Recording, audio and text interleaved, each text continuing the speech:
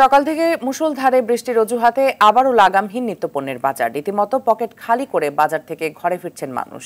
ভোক্তাদের অভিযোগ, একটি পণ্যের দাম কমলে অন্যটি বাড়ে কয়েক গুণ। দামের দৌড়ে সামনের সারিতে কাঁচামরিচ, পিছিয়ে থাকতে চাইছে না পেঁয়াজও। সপ্তাহের ব্যবধানে চালের দাম বেড়েছে কেজি প্রতি 4 থেকে 5 টাকা। শাকিলা করিমের রিপোর্ট। বাজারে স্বস্তি ফিরছে না কিছুতেই। মাছ মাংসের দাম বেশি হওয়ায় সবজির ওপর নির্ভর করা নিম্ন ও মধ্য আয়ের মানুষেরা এখন সেই সুযোগও পাচ্ছেন না। সপ্তাহের ব্যবধানে বেড়েছে শাকসবজি সহ বিভিন্ন পণ্যের দাম।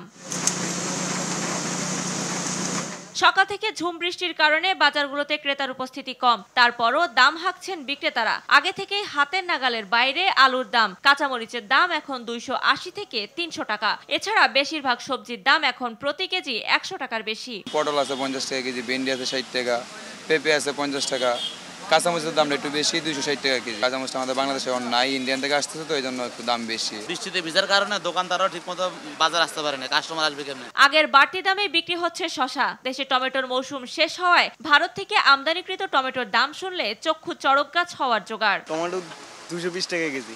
ইন্ডিয়ান টমেটো, তার জন্য দাম বেশি। ক্রেতারা বলছেন, এই যখন অবস্থা, তখন বাজারে এসে সবজি কিনতে আয় ব্যয়ের হিসাব মিলানোই এখন দুরূহ ব্যাপার। আসলে আমার যে বেতনে আমি কভার করতে পারি না।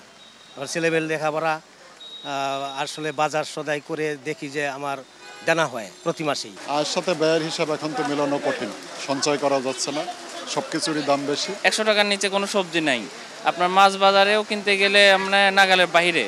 এগুলো আসলে সাধারণ জনগণের প্রতি অনেক চাপ হয়ে যায়। নতুন করে বেড়েছে চালের দাম। সপ্তাহের ব্যবধানে প্রতি কেজি চালে 4 থেকে 5 টাকা বাড়তি দাম গুনতে গিয়ে বিষয়টি নিম্ন আয়ের ভোক্তাদের কাছে এখন মরার ওপর খাড়ার ঘা।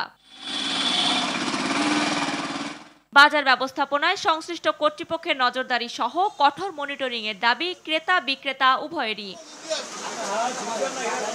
শাকিলা করিম, RTV, ঢাকা।